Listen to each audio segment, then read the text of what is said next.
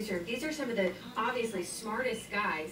It's just a shame that they're using it for potentially terror. Well, they're actually trying to get the information. They've been working on this project for a couple of years. We actually reported here on San Diego 6 a couple of years ago about this, and the potential for this to be used for nefarious reasons. And of course, we see terrorism in all places, and this is another example of where they can hit. Well, how frequently are we seeing this, and in how many cars? And I mean, can this really happen into a plane? Yeah, with the cars, this pair who were actually funded by DARPA. One of the young men is from UCSD here in San Diego, and he's a former hacker of NSA, so you know he's got training, explicit training, so it takes a lot of training to do something like this.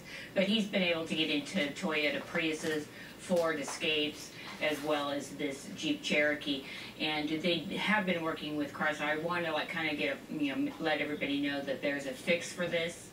Go into the dealership, they will give you a fix for this, and they've worked with Chrysler beforehand, so they were ready for this fix.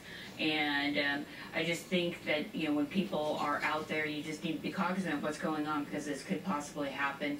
And we're starting to see people trying to do this on airplanes, and that's where it gets a little scary. Well, it's very scary, and I wonder how far you'd have to be, though, because right now we know that they could operate this from 10 miles away. An airplane is obviously much further away, but does this worry you? Is this... Yeah. Well, currently, there have been people that have been able to hack into the airplane's Wi-Fi system, and that's how they basically get into the cars as well. So the person at this point has to physically be on the plane if they're going to get into it. And a couple people have done so, but I think that, when you look at things and you see what these guys are capable of doing, we can look back at the black hat community, where this group of these two young men are presenting this to black hat. We saw Barnaby Jack, who was someone who was able to hack into a pacemaker, and just things like that. And also, you got Michael Hastings, who was a national security reporter reporting on these types of issues. He was killed 2 years ago up in LA.